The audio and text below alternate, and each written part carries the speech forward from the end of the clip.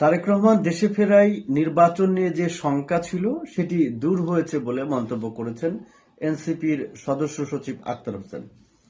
বিএনপির ভারপ্রাপ্ত চেয়ারম্যান তারেক রহমানের দেশে ফেরাকে বাংলাদেশের রাজনীতির জন্য ইতিবাচক হিসেবে দেখছেন জাতীয় নাগরিক পার্টি এনসিপি। বৃহস্পতিবার দলটির এনসিপির সদস্য সচিব আখতার হোসেন বিবিসি বাংলাকে বলেন, দেশে যখন নির্বাচনের তারিখ ঘোষণা হলেও নির্বাচন হবে কিনা এ নিয়ে মানুষের মধ্যে শঙ্কা ছিল। এমন প্রেক্ষাপটে তারেক রহমান দেশে ফেরার নির্বাচন নিয়ে যে শঙ্কা ছিল সেটি দূর হলো।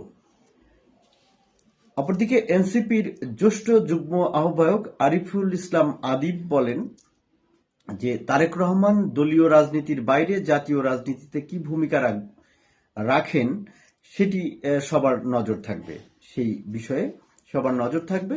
এবং তারেক রহমান নির্বাসনে থেকে তার দল বিএনপির নেতৃত্ব দিয়েছেন, কিন্তু জাতীয় রাজনীতিতে তিনি কিভাবে ভূমিকা রাখবেন সেটি এখন বড় বিষয়।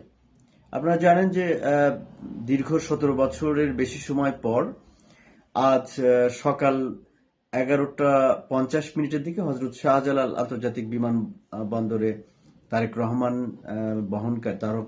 রহমানকে বহনকারী বিমানটি ল্যান্ড করে এবং তিনি এই দীর্ঘ সময় পরে বাংলাদেশে আসলেন এবং তাকে সংবর্ধনা দেওয়া হয় জুলাই 36 এক্সপ্রেস হাইওয়েতে। এরপর তিনি তার মাকে দেখতে গিয়েছেন এভার কেয়ার হসপিটালে।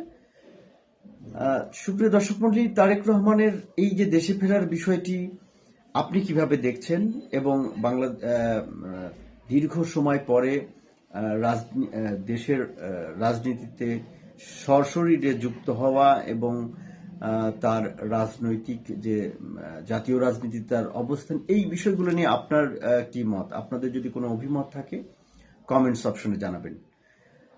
ভালো থাকবেন, সুস্থ থাকবেন, নিরাপদে থাকবেন, আমাদের সঙ্গে থাকবেন।